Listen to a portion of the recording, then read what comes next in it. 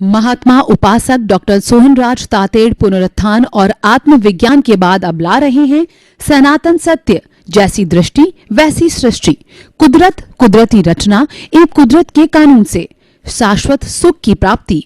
Log in करें www.drsohanrajtated.com, YouTube channel doctor Sohanraj Tated, play store से download करें mobile app doctor Sohanraj Tated. ओम ह्रीं नमो अरहंताणम, ओम ह्रीं नमो सिद्धाणम, ओम ह्रीं नमो आयर्याणं, ओम ह्रीं नमो उवज्जायाणं, ओम ह्रीं नमो लोये सव्वसाहुणं, ऐसो पंच नमोकारो सर्वपावपणासनो मंगलाणं च सव्वेसिं पडमं हवै मंगलं, पडमं हवै मंगलं।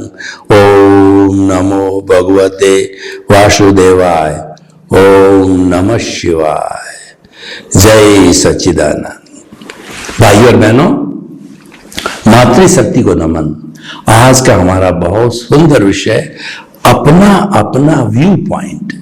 व्यू पॉइंट का अर्थ होता है कि जो व्यक्ति बोल रहा है उसका ख्याल, उसकी सोच, उसकी चिंतन, उसका विचार, उसकी भावधारा, उससे जुड़ा हुआ पक्ष है जो व्यू पॉइंट होता है। और दुनिया में जितने व्यक्ति हैं हर एक का अपना अपना व्यू पॉइंट होता है, क्योंकि हर एक की आत्मा तो एक है। चाहे एक छोटा से छोटा वायरस हो, उसमें आत्मा की क्वालिटी तो वही है जो राम में, कृष्ण में, घोड़े, गधे, ऊंट, गाय, भैंस किसी में भी है। क्वालिटी में कोई फर्क नहीं है, लेकिन उसके साथ जो अज्ञानता है, उसके साथ जो कार्बन शरीर, एक कॉजल बॉडी है, वही इस संसार में घुमाने वाली है, वही एडमिनिस्ट्रेटर है, वही एग्जीक्यूटर है। वो हर एक की अलग अलग होती है। किसी भी माँ के जो जुड़वा बच्चे होते हैं उनके भी कर्म अलग अलग होते हैं, एक से नहीं होते। मैं आपको एक उदाहरण देना चाहता हूं। एक मादा तोता, जिसको हम तोती कह सकते हैं, उसके दो तोतों ने जन्म लिया एक साथ, 2-5 मिनट के डिफरेंस से। दोनों की माता एक जगह जन्म हुआ, एक ही समय 2-5 मिनट के डिफरेंस से हुआ। अब वो तोती माँ है जो दोनों को बराबर रूप से पालती है, दोनों को बराबर चुग्गा, पानी, जो भी देख रेख, घोंसला सब एक करती है, और धीरे धीरे दोनों को बराबर प्रयास करके उड़ाती है। और जब वो तोते उड़ जाते हैं दोनों, क्योंकि दोनों जो है यंग हो गए, दोनों जो है जवान हो गए, तो उड़ने के बाद में आगमकार कहते हैं कि वो तोती को दोनों उनके पुत्र तोते मिलते भी या नहीं मिलते, प्रकृति का नियम है, कुदरत जाने। तो अब वो क्या हुआ, अब आगे की बात देखिए कि एक माँ के दो, एक जो है उड़ता उड़ता किसी संत की कुटिया में चला गया और संत ने उसको पिंजरे में बंद कर दिया और उसको अच्छा चुग्गा, पानी, प्रेम, व्यवहार, वात्सल्य देकर के सिखाया। राम राम, जय श्री कृष्णा, आओ बैठो, स्वागतम स्वागतम स्वागतम, ऐसा मीठा मीठा बोलता है वो। धार्मिक रूप, धार्मिक तोता हो गया। दूसरा तोता उड़ता उड़ता किसी डाकू की गुफा के अंदर चला गया, तो डाकू ने उसको पिंजरे के अंदर बंद कर दिया। और डाकू तो होते जैसे होते, आप जानते हो। उसने उसको एक, जो कहना चाहिए, एक चौकीदार के रूप के अंदर उसको सिखाया कि मारो, काटो, पकड़ो, लूटो, ऐसी भावना उसको सिखाई। और वह वैसा बोलने लग गया, वैसा व्यवहार करने लग गया। अब देखिए, दोनों के जो है माता पिता एक, दोनों ने एक साथ जन्म लिया, जुड़ हुए हैं, लेकिन कर्म अलग अलग है। हो सकता है उनकी शक्ल भी एक जैसी हो, लेकिन कर्म दोनों के अलग अलग है। एक सन्यासी के पास गया और एक डाकू के पास गया, तो वास्तव के अंदर किसी भी इस दुनिया के प्राणी में, चाहे सगे आइडेंटिकल भाई हो, जिनका डीएनए भी एक जैसा हो, आरएनए एक जैसा हो, लेकिन उनके कर्म अलग होने के कारण जो है उनका व्यू पॉइंट अलग अलग होता है। अब देखिए, हर एक 7.8 अरब की जनसंख्या और 7.8 अरब के व्यू पॉइंट, तो अब हम क्या करें? मैं आपको एक रास्ता बताता हूं कि ये मनुष्य का जो शरीर है उसके अंदर 60 खरब कोशिकाएं हैं। दुनिया की जो जनसंख्या वो तो 7.8 अरब उसकी संख्या में बहुत छोटी है। ये जो है 60 खरब कोशिकाएं होमोस्टैटिक कंडीशन से आपस में हिल मिल करके अपना अपना व्यू पॉइंट, अपनी अपनी योग्यता और अपना अपना कार्य पद्धति को मेंटेन रखती हुई, करती हुई इस पूरे शरीर को स्वस्थ रखती है। इनके कोशिकाओं को, उसके बाद के अंदर ऑर्गन्स को, टिश्यूज को, सिस्टम को ये सुरक्षित रखती है। तो अब देखिए कि इतनी कोशिकाएं मिलकर के शरीर को रखती है, तो यहां पे जो है वो चिंतक आगमकार कहता है कि क्या 7.8 अरब की जनसंख्या जो है वह एक साथ शांतिपूर्ण सह अस्तित्व से जीवन यापन करके इस संसार को एक अच्छे मंदिर रूप में, एक स्वर्ग बना के नहीं जी सकती? क्यों नहीं जी सकती? जी सकती है। उदाहरण है हमारे सामने। तो देखिए, इतने व्यू पॉइंट इकट्ठे हो गए, तब हम करें क्या? उसके लिए मैं आपको समाधान देता हूं कि भगवान महावीर जो है वो मुक्ति को गए, उनके पास में एब्सोल्यूट ट्रुथ था। जितने तीर्थंकर होते हैं, जितने केवली होते हैं, उनके पास में एब्सोल्यूट ट्रुथ होता है। और विश्व का सर्वश्रेष्ठ जो व्यक्ति होता है, जो नंबर 1 होता है, वह होता है तीर्थंकर या केवली। वर्तमान में हमारे भरत क्षेत्र के अंदर कोई केवली नहीं है, पर सिमंदर स्वामी भगवान विराज रहे हैं, जो हमारे भरत क्षेत्र की देख रेख करते, कृपा करते हैं। वो उनका प्रशासनिक दायित्व है, तो हमको संभालते हैं। वो महाविद्य क्षेत्र के विराजमान है। वो इस पूरी सृष्टि के सर्वश्रेष्ठ जो है व्यक्ति है। वो इस हमारे जैसे औदारिक शरीर में है, हमारे जैसी उनकी अवगाहना इतनी हाइट है, और वो प्रवचन करते हैं। वो जीते जागते भगवान है, इस औदारिक शरीर में पूजनीय, वंदनीय, स्तुति और ईश्वर है।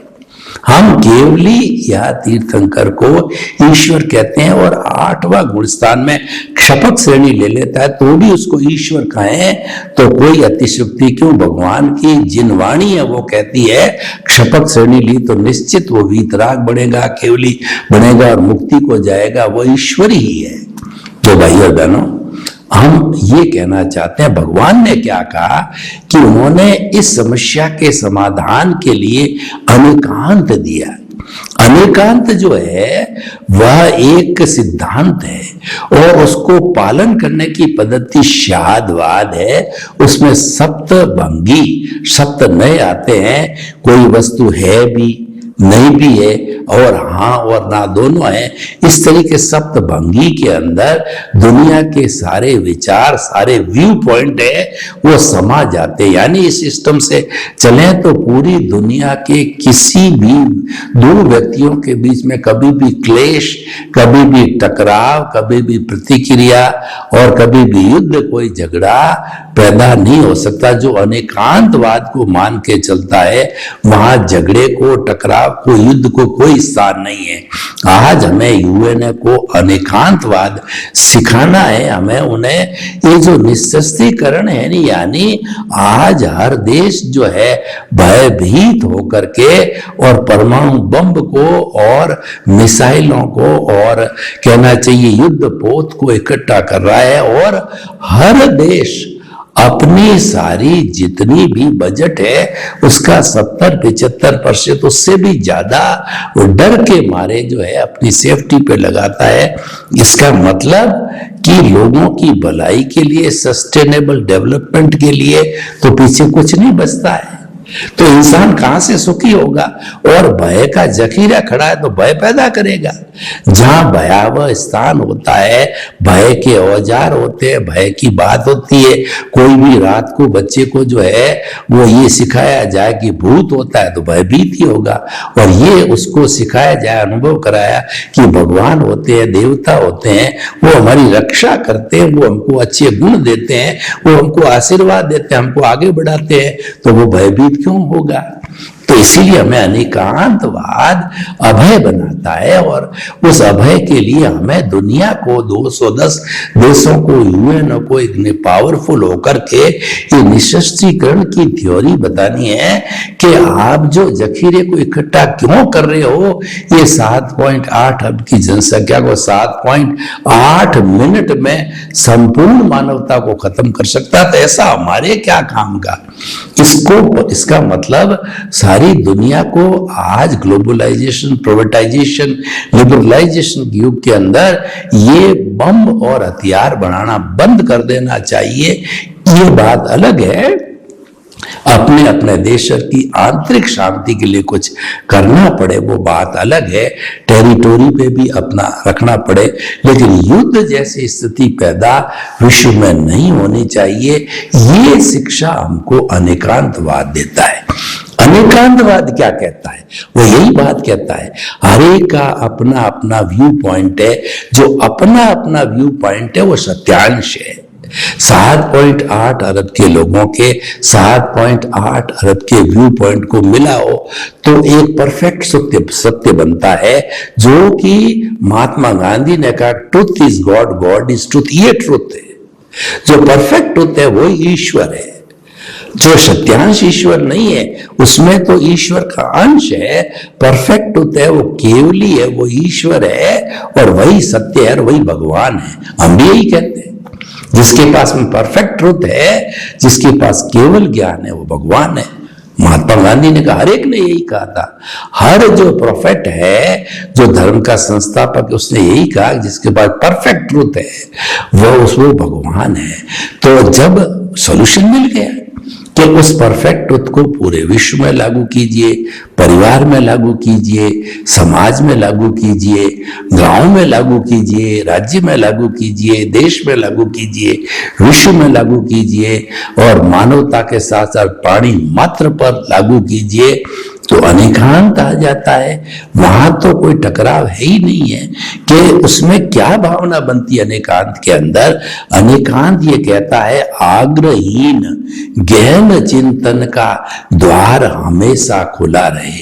यानी आपके घर की जो है वो खिड़कियों को खोल दीजिए, ठंडी ठंडी बयार आने दीजिए। इसका अर्थ यह कि आपके दिमाग के जितने भी जो दरवाजे हैं, विंडोज है, उनको खोल दीजिए, तो लोगों के अलग अलग व्यू पॉइंट्स आते हैं, आने दीजिए। उसके साथ टकराव मत कीजिए, उसको खाली गे समझिए। 3 चीजें मैं बताता हूं, गे, हे और उपादेय। जो कोई भी व्यू पॉइंट आया वो समस्त आने वाले सुबह से शाम तक जीवन भर आने वाले जो व्यू पॉइंट्स है वो सारे गे है। यानी अच्छाई बुराई को दुनिया में जानना जरूरी है, और वो जानने के बाद अपनी बुद्धि से, प्रज्ञा से ये निर्णय करो कि ये तो बुराई है, ये त्याज्य है, ये अच्छाई है, ये ग्रहण करने योग्य है, उसको ग्रहण करो। तो हर एक के व्यू पॉइंट को स्वागत करना, हर एक के सत्यांश को स्वागत करना, ये अनेकांतवाद है। ये जो है अनाग्रह का रास्ता है। आजकल जितने आग्रह, खुदागर, ग्रह वगैरह जितने बने हैं ना, ये क्या करते हैं, टकराव पैदा करते हैं। और अनेकांत है वो आग्रहीन होता है।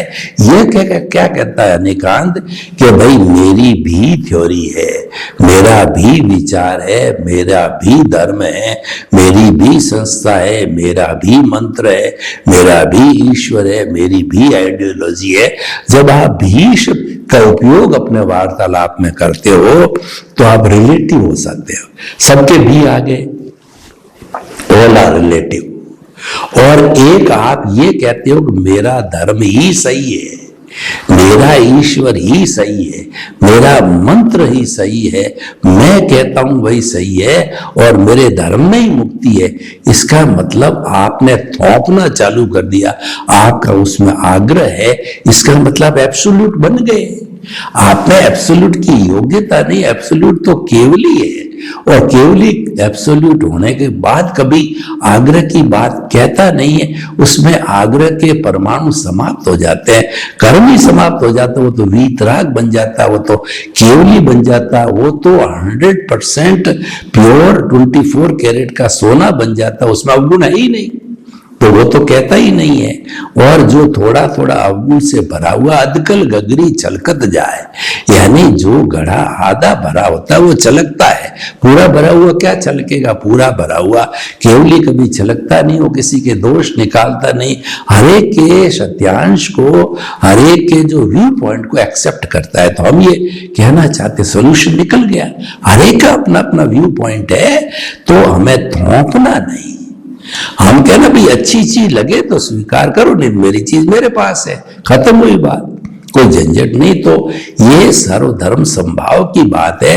जब कभी भी धर्म की चर्चा होती है और जितने जितने अलग अलग धर्मों के लोग बैठते हैं उनको अनेकांत की थ्योरी पर विचार करना चाहिए, अपने अपने विचार प्रस्तुत करके ये कहना चाहिए कि मेरा भी ये चिंतन है, ही कभी उपयोग में ले, जीवन में ही को उपयोग लेना बंद करें। ही जो है टकराव टालता है, ही जो है व्यू पॉइंट नहीं है, ये तो थोपने की बात है, ये तो दादागिरी वाली बात हो गई है, ये तो लड़ाई झगड़े वाली बात हो गई और कभी न कभी वो झगड़ा फूटेगा ही। तो इसीलिए अपने अपने व्यू पॉइंट का अर्थ ये होता है, एक परिवार है, एक परिवार में मान लीजिए कि 10 सदस्य है, हर एक का अलग अलग व्यू पॉइंट है, किसी को म्यूजिक अच्छा लगता है, किसी को पॉलिटिक्स अच्छी लगती है, किसी को वक्तत्व कला अच्छी लगती है, किसी को कमाना अच्छा लगना, ठीक है, चलो अपना अपना करो, कोई बात नहीं है, सब अपना अपना करते रहो। लेकिन क्या है, उसमें से कोई चीज बुरी है तो उसका हृदय परिवर्तन करो। देखिए कि पाप से घृणा करो, पापी से घृणा नहीं करनी है। मान लीजिए कि एक स्लॉटर हाउस को चलाने वाला कसाई है, तो कसाई के भीतर भी विराजमान शुद्ध आत्मा भगवान को नमन करो। वह ये स्लॉटर हाउस क्यों चला रहा था, उसके पूर्व जो है से ये अपना पुश्तैनी धंधा मानकर परिवार के भरण पोषण के लिए चला रहा है। लेकिन दूसरी अगर सामाजिक दृष्टि से देखें, आध्यात्मिक दृष्टि से, तो प्योरली हिंसा का काम है। तो हिंसा का काम होने के नाते हमें उससे घृणा नहीं करनी है, उससे समय मांगो और उसका हृदय परिवर्तन करो। व्यू पॉइंट है उसका चेंज करो, उसका व्यू पॉइंट है वो रॉन्ग बिलीफ है, उसको राइट बिलीफ करो। जब हमारा सनातन सत्य कार्यक्रम यही करता है कि आपका रॉन्ग व्यू पॉइंट को हम सही व्यू पॉइंट कहते हैं। सनातन सत्य किसी पे थोपता नहीं है, ये तो हृदय परिवर्तन करता है, क्योंकि हमारा आधार तो कुदरत, कुदरत का कानून है। अब कुदरत तो 84 लाख जीवा योनि के असंख्य जो है अनंत आत्माओं का भरण पोषण करती है, पालन पोषण करती है, पालती है, पोसती है, और वो सारे उसी में विलीन हो जाते हैं। तो कुदरत के ऊपर तो कोई है ही नहीं, वो तो सबकी मां है। तो हमारा आधार तो समानता का आधार है। तो हम तो हर एक के व्यू पॉइंट का स्वागत करते हैं, परंतु क्योंकि हम सामाजिक प्राणी हैं तो हमारा सनातन सत्य का है कि जो आपका रॉन्ग बिलीफ है, रॉन्ग व्यू है, उसको राइट व्यू के अंदर लाओ। रॉन्ग व्यू क्या है? रॉन्ग व्यू है कि आप कर्ता बन जाते हो कि मन वचन में स्वयं मन वचन काया वाला सोहन राज हूं और इन मन वचन काया का संचालन करने वाला इसका ऑपरेटर क्रिएटर मैं खुद ही हूं। This is a wrong belief, this is a wrong view. What is the right view? Right view है कि मन वचन काया तथा उससे जुड़ी हुई हर अवस्था मात्र कुदरती रचना है। अरे आप उसके मालिक कैसे बन गए? उसका संचालन तो कुदरत कर रही है। कुदरत तो कहती है मैंने किसी को कर्ता बनाया ही नहीं है और मैंने किसी को पावर ऑफ अटॉर्नी भी नहीं दी। जैसे कि बहुत सी जो है दुकानें लिखती है हमारी कोई ब्रांच नहीं है, खाली एक ही हमारी दुकान है, तो कुदरत भी यही कहती है कोई कर्ता हो नहीं सकता, है भी नहीं है, और आप अहंकार वश अपने आप को कर्ता मानते हो। ये आपका मिथ्या दर्शन है और ये आपके कर्मों का बंधन करने वाला है। इसके जो कोई भी रिजल्ट है ये आपकी wrong belief, wrong view point है। इसके परिणाम आपको भुगतने पड़ेंगे। परिणाम क्या है? जन्म जन्मांतर में घूमते और घूमते रहोगे। अब आपको अगर सदगुरु मिले हैं, ज्ञानी पुरुष मिले और वो आपको ये ज्ञान दे रहे हैं कि कर्ता से अकर्ता बन जाओ, ये रियल व्यू पॉइंट है। भगवान कृष्ण ने गीता में निष्काम कर्म दिया अर्जुन को, तो उसने कहा तो लड़ने वाला अर्जुन नहीं है, तुम तो निमित्त हो और तुम तो शुद्ध आत्म स्वरूप हो। उन्होंने अपने स्वरूप को बताया, विराट स्वरूप में मैं कृष्ण नहीं हूं, मैं तो शुद्ध आत्मा स्वरूप हूं, क्योंकि तो वासुदेव थे। तो उन्होंने अपना स्वरूप बताया कि तुम भी वही हो जैसा मैं हूं, तुम्हारे मेरे में कोई अंतर। लड़ने वाला तो अर्जुन है, क्योंकि उसकी ड्यूटी है, उस पर थोपा गया है। वो पांडव है, कौरवों को खूब मनाया, खूब कोशिश की। मैं स्वयं भगवान ने कृष्ण, मैं दूत, शांति दूत बन के गया तो मुझे छलिया कहा गया, मेरे को कैद में बंद कर दिया गया, मेरी इंसल्ट की गई है, मुझे वहां से भगाया गया। उसने कहा कि 5 गांव पांडवों को कृष्ण जी आप मांग रहे हो, मैं तो आपको एक जो पांडवों को सुई की नोक जितनी भी जगह नहीं दूंगा। तो फिर थोप दिया। यानी ये जो अधर्म पे धर्म की लड़ाई थी, परिवर्तन होना था, ये नियति थी, ये जो है प्रकृति का नियम था, ऐसा ही होना था तो हुआ। तो तुम तो निमित्त हो, तुम अपने आप को कर्ता क्यों मानते हो? तुम युद्ध करने वाले नहीं हो, तुम तो मात्र निमित्त हो। जब उसको अकर्ता बनाया, जब उसको दिव्य दृष्टि दी, उसको दृष्टि विज्ञान कहते हैं। हम भी वही करते हैं, हम सनातन सत्य में आपको दृष्टि देते हैं, मन वचन का ऐसे मुक्त, ऐसा मैं शुद्ध आत्मा हूं। ये चिंतन करो कि मन वचन काया तथा उससे जुड़ी हर अवस्था मात्र कुदरती रचना, उसका मालिक कुदरत है और वो व्यवस्थित है, वो अपने तरीके से ऑटो मोड से चलती रही। तुम उसको डिस्टर्ब मत करो, तुम तो खाली उसको जानते रहो, देखते रहो कि सोहन राज रूपी पुतला है, क्या खा रहा है, क्या सोच रहा है, क्या बोल रहा है, क्या भुगत रहा है, खाली देखो। ये तो मेरा पड़ोसी है, मैं तो मेरी शुद्ध आत्मा जो है वो यहाँ पर जो मेरा आज्ञा चक्र है, दर्शन केंद्र है, वहां पे रहती हूँ। उसके साथ में मेरी प्रज्ञा बहन है, 5 आज्ञा सुरक्षा कवच है, मेरे पास में संभाव है, संवर है। हम तो बड़े आनंद के साथ रहते हैं। हमारी ड्यूटी क्या है कि ये जो यहाँ पे जो है वो तेजस केंद्र के ऊपर ये सोहन राज रूपी मन वचन काया रूपी पुतला जो रह रहा है, जो सब कर्म करने वाला है, अज्ञानतावश है, उसको जो है भुगतान कर रहा है, उसको मात्र देखना है, उसके साथ जुड़ना नहीं, उसके साथ मुक्त रहो। और जुड़ता है तो वो जो प्रज्ञा बैठी उसको तुरंत सचेत करती, क्या कर रहे हो, ये गलत काम है, तुम्हारा व्यू पॉइंट गलत हो रहा है, तो व्यू पॉइंट बदलो, सही व्यू पॉइंट पे लाती है। और इस तरीके से मुक्तता की स्थिति बढ़ते बढ़ते हम अपना स्वरूप दृष्टि विज्ञान से, जिसको कि भेद विज्ञान कहा जाता है, जिसको दृष्टि विज्ञान कहते हैं, जिसको जुदापन की जागृति कहते हैं, कि मन वचन का ऐसे मुक्त, ये जुदापन की जागृति।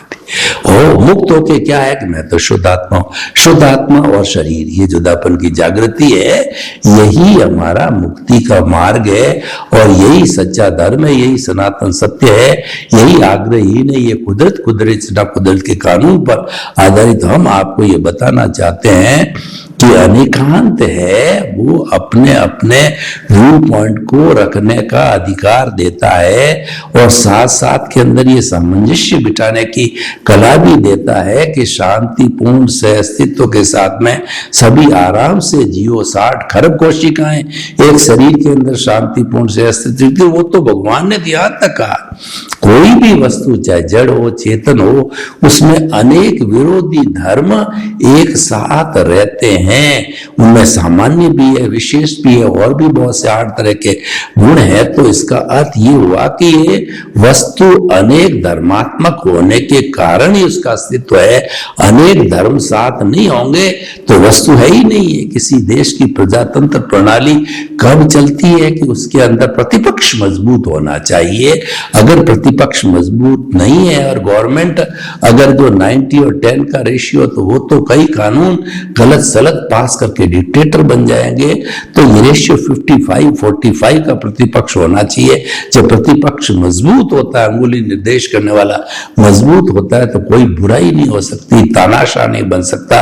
तो अनेकांतवाद अगर व्यक्ति में है, परिवार में है, समाज में है, देश में है, विश्व के अंदर है, तो कभी तानाशाही हो नहीं सकती। और वसुधैव कुटुंबकम का जो आधार है, उसमें भी अपने अपने व्यू पॉइंट को रखने का अधिकार है, परंतु आग्रह करने का ही बोलने का वसुधैव कुटुंबकम में किसी को स्थान नहीं है।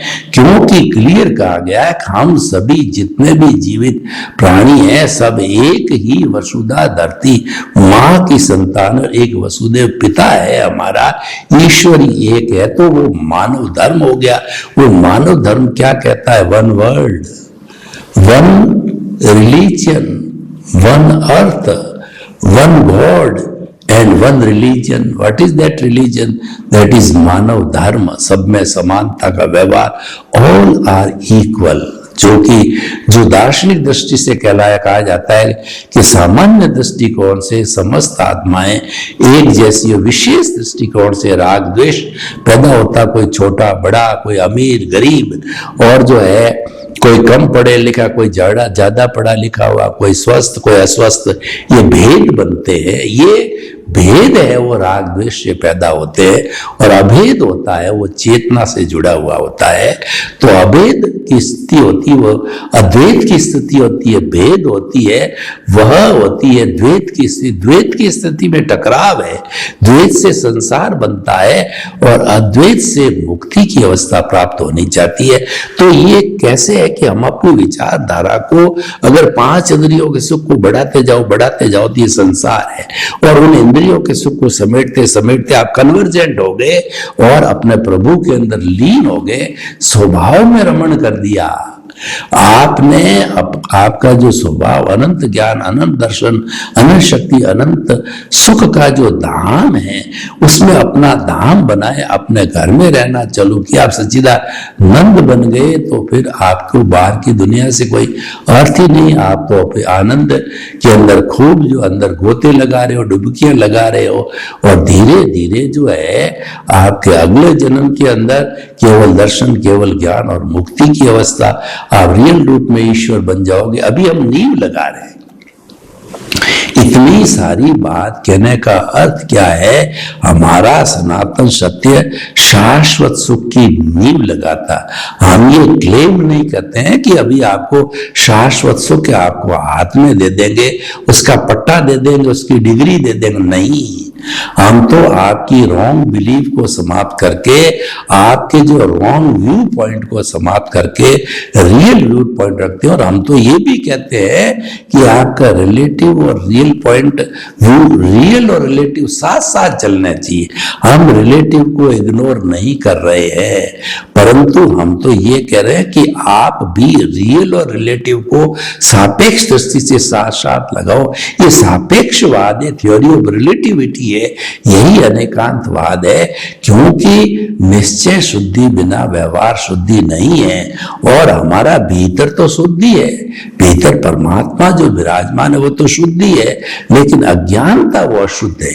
अज्ञानता कारण वो बॉन्डेड है। अज्ञानता कर्ता भाव, मालिकी भाव है, ऑनरशिप, डूअरशिप है, ब्लेम है, क्लेम है। ये अज्ञानता पुष्ट होती है उससे। तो हमें जो चोट करनी है, अज्ञानता पे चोट करनी है। तो आज हमने ये विषय क्यों लिया कि आपकी अज्ञानता समाप्त होनी चाहिए। आपके किसी व्यू पॉइंट को हमें काटना नहीं है, वो अपना अपना व्यू पॉइंट है। लेकिन अगर आपका रॉन्ग व्यू पॉइंट है तो आप कृपा करके उसको जो है रियल व्यू पॉइंट बनाइए। आप अगर जो है वो रिलेटिव सत्य को सत्य मानते हो, उसको करेक्शन दीजिए। आप रियल सत्य को सत्य माने। जब आप रियलिटी पे आ जाएंगे, वही सनातन सत्य है, उस मार्ग को अपना लेंगे, आप आग्रहीन मार्ग को अपना लेंगे तो सही नींव लग जाएगी। और इस जन्म के अंदर अगर आपकी सही नींव लग गई है तो आगे उस पर आप कितने ही भवन बनाओ, आपका कोई भी कमी नहीं आ सकती। सर्वे भवन्तु सुखिनः, सर्वे सन्तु निरामया। लोक के सब जीवों को सुख मिले, शांति मिले, आनंद मिले, प्रेम मिले और सभी अपने अपने व्यू पॉइंट में जीते हुए हम अनेकांत को प्राप्त हों। आपके प्रति मंगल भाव। महात्मा उपासक डॉक्टर सोहनराज तातेड़ पुनरुत्थान और आत्मविज्ञान के बाद अब ला रहे हैं सनातन सत्य, जैसी दृष्टि वैसी सृष्टि, कुदरत, कुदरती रचना एवं कुदरत के कानून से शाश्वत सुख की प्राप्ति।